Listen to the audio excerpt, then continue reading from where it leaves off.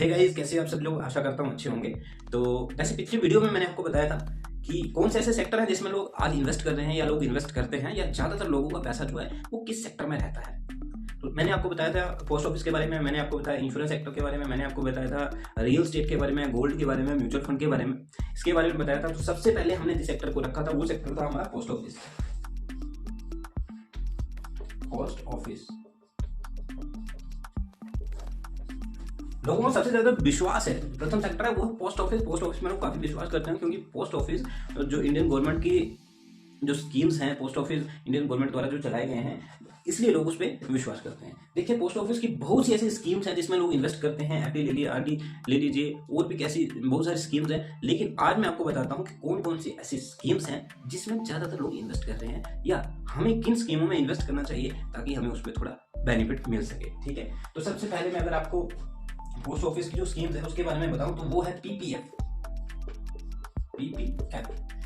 Public provident fund, इसकी जो full form है पब्लिक प्रोविडेंट फंड। देखिए, पीपीएफ में बहुत से लोग इन्वेस्ट करते हैं। पीपीएफ में इन्वेस्टिंग का अगर मैं आपको बात बताऊं तो इसमें हमें 15 साल तक का पीरियड जो है वो लॉक इन रहता है। 15 साल तक हमें इसमें इन्वेस्ट करना ही पड़ता है।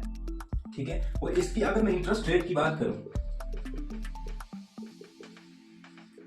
बात करूं तो 7.1% जो है वो आज की डेट में चल रहा है। 2025 में जब मैं वीडियो शूट कर रहा हूँ उस ईयर में 7.1% के हिसाब से जो पीपीएफ का जो ब्याज है वो पोस्ट ऑफिस हमें दे रहा है। ठीक है, पोस्ट ऑफिस में हम 500 रुपए से लेकर 1.5 लाख तक जो इन्वेस्टमेंट है वो कर सकते हैं।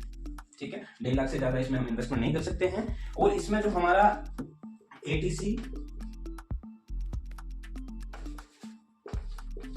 और 10-10D की जो फैसिलिटी मिलती है इस प्लान में हमें मिलती है। एटीसी और 10-10D की फैसिलिटी मतलब जब भी आप टैक्स के दायरे में आओगे, या जब आप कोई इनकम टैक्स के जो फाइल है जो जिसको हम कहते हैं आईटीआर अगर फिल करते हो, तो उसमें अगर आप इन चीजों को मेंशन करते हैं तो आपका जो है वो टैक्स में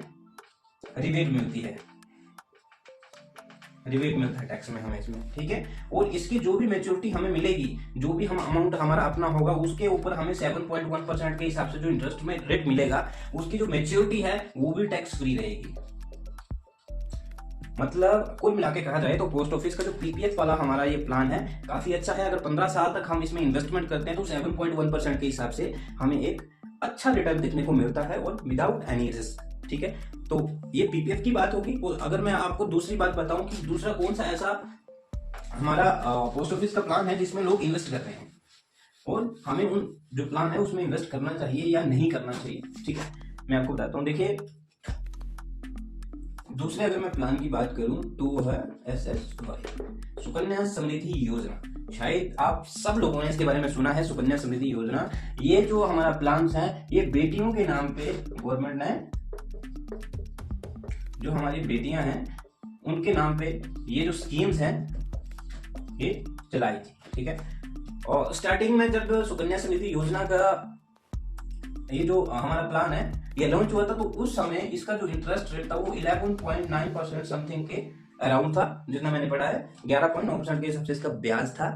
लेकिन अगर आज 2025 की अगर मैं बात करूं तो इसका जो इंटरेस्ट रेट है ये है 8.2%, मतलब 8.2% के हिसाब से जो इसका आज की डेट में जो इंटरेस्ट रेट चल रहा है। ठीक है, तो इसमें क्या होता है, देखिए इसमें भी मैंने आपको पहले बोला एटीसी और 10-10D की जो फैसिलिटी मिलती है, मतलब इसमें आपको टैक्स की जो छूट है वो इस प्लान में मिलती है। ठीक है, इसमें हम बेटी के नाम पे एक अकाउंट खुलवा सकते हैं, और अपनी बेटी का जो हमारा सुकन्या समृद्धि योजना जो है इसका जो अकाउंट है वो ओपन करा के हम अपनी बेटी के नाम पे ये स्कीम ले सकते हैं। तो मैं आपको बताना चाहूंगा कि कितनी बेटियों का हम जो अकाउंट है इसमें खुलवा सकते हैं। देखिए, अगर हमारे घर 2 बेटियां हैं तो 2 बेटियों का हम जो प्लान है वो इसमें खुलवा सकते हैं। तीसरी बेटी का जो सुकन्या समृद्धि योजना का प्लान है वो नहीं खुलेगा, बस सीधी सी बात है। लेकिन अगर आपकी 2 जुड़वा बेटी होती है और एक अलग से होती है, तब आपके जो ये अकाउंट है, ये 3 अकाउंट आपके वहाँ पे खुल जाएगी, क्योंकि आपकी तो जो 2 बेटियां हैं वो जुड़वा हुई थी। तो इंडियन गवर्नमेंट ने जो रूल्स बनाए हैं, रेगुलेशन बनाई है, उसके हिसाब से अगर आपकी कोई जुड़वा बेटी होती है और एक अलग बेटी होती है, तो उसके बिहार पर आपके 3 जो है सुकन्या समृद्धि योजना के अकाउंट जो ओपन हो सकते हैं, ठीक है। और ये प्लान आपका जो बेटी की उम्र है वो जब 21 साल की हो जाएगी, तभी इसकी जो मैच्योरिटी है वो आपको मिलेगी, ठीक है। इससे पहले आप पार्शली विड्रॉ कर सकते हो, लेकिन उसके लिए आपको पोस्ट ऑफिस का जो स्कीम्स है, जहाँ पे आप अपने पैसे को निकलवाने जाओगे, तो उसमें आपको मेंशन करना पड़ेगा कि 21 साल से पहले आपको किस चीज़ की जो नीड है वो पड़ी है, क्यों नीड पड़ी है। तो आप उनको ये लेटर देके बोल सकते हैं कि हमें बच्चों की एजुकेशन के लिए जो इसका पैसा है वो चाहिए, या बच्ची की मैरिज है तो उसके लिए आपको गवर्नमेंट ये पैसा दे देती है, ठीक है। लेकिन उसमें भी आप कुछ आई थिंक 50% ही इसमें निकलवा सकते हो। पूरी जो मैच्योरिटी है वो 21 साल की जब आपकी लड़की हो जाती है तभी होती है, ठीक है। तो ये था हमारा सुकन्या समृद्धि योजना का जो प्लान है। शायद बहुत से लोगों ने सुना होगा इसके बारे में, लेकिन मैं आपको सिर्फ आज ये बता रहा हूँ कि ये जो प्लान है वो पोस्ट ऑफिस में है और अच्छे प्लान है। 8.2% के हिसाब से अगर मैं इंटरेस्ट रेट की बात करूँ तो ये बहुत बड़ा इंटरेस्ट रेट है आज के टाइम में भी, एफडी से भी ज्यादा है, ठीक है। तो 8.2% सेफेस्ट है, इसमें किसी प्रकार का जो टैक्स है वो भी नहीं कटेगा आपको, ठीक है। और मैं तीसरे प्लान की बात करूं तो तीसरे जो हमारा प्लान है वो है सीनियर सिटीजन के नाम पे आता है, ठीक है। अगर आपके पेरेंट्स या आप 60 इयर्स के ऊपर हो तभी आप इस प्लान के लिए एलिजिबल हो सकते हैं। मेरा कहने का मतलब क्या है, अगर आपके पेरेंट्स सीनियर सिटीजन, तो स्कीम से नाम से ही पता चलता है कि ये किन वर्ग के लोगों के लिए स्कीम बनाई गई है। तो इसका जो है सीनियर सिटीजन 60 साल से ऊपर कोई भी इस प्लान को ले सकता है। और अगर इसकी इंटरेस्ट रेट की मैं अगर बात करूं तो वो है 8.2% आज की डेट में 2025 में, ठीक है। मतलब एक अच्छा सेफ और जो एज के हिसाब से ये इंटरेस्ट रेट जो है तो बहुत ही अच्छा गवर्नमेंट ने बनाया है, और ताकि लोग जो सीनियर सिटीजन है इसमें इन्वेस्ट कर सकें। और इसमें भी एटीसी और 1010D की फैसिलिटी मिलती है, मतलब टैक्स के दायरे में अगर आप आते हो तो इन जो आपने ये इन्वेस्टमेंट की हुई है या प्लान लिए हुए हैं इनको दिखाकर आप अपने टैक्स में रिबेट जो है वो ले सकते हैं, ठीक है। तो सबसे जो चलने वाली पोस्ट ऑफिस स्कीम्स है मैंने आपको बता दिया, एक है सुकन्या समृद्धि योजना, एक है पीपीएफ, एक है अपना सीनियर सिटीजन। और लोग ज्यादातर पोस्ट ऑफिस में एफडी भी करवाते हैं, लेकिन एफडी पे आपका जो एटीसी और 1010D की फैसिलिटी इसमें नहीं होती है, ठीक है। क्योंकि ये जो है एक एफडी है और एफडी पे इस प्रकार का कोई भी जो टैक्स के नहीं मिलती। और जो मैच्योरिटी है,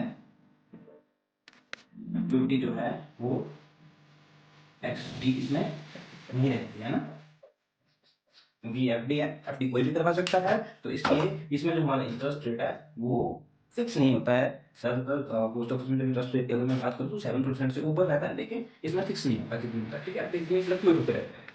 तो मैंने आपको बता दें ये सब चीज़ों के बारे में सिर्फ आज मैं आपको पोस्ट ऑफिस के बारे में ही बताऊंगा। और इसके अलावा अगला हमारा टॉपिक है किस विषय पर होगा, तो आप मुझे कमेंट कर दीजिए कि आपको किस विषय पर टॉपिक चाहिए, तो मैं उस तरह का टॉपिक आपके लिए ले आऊँगा, ठीक है।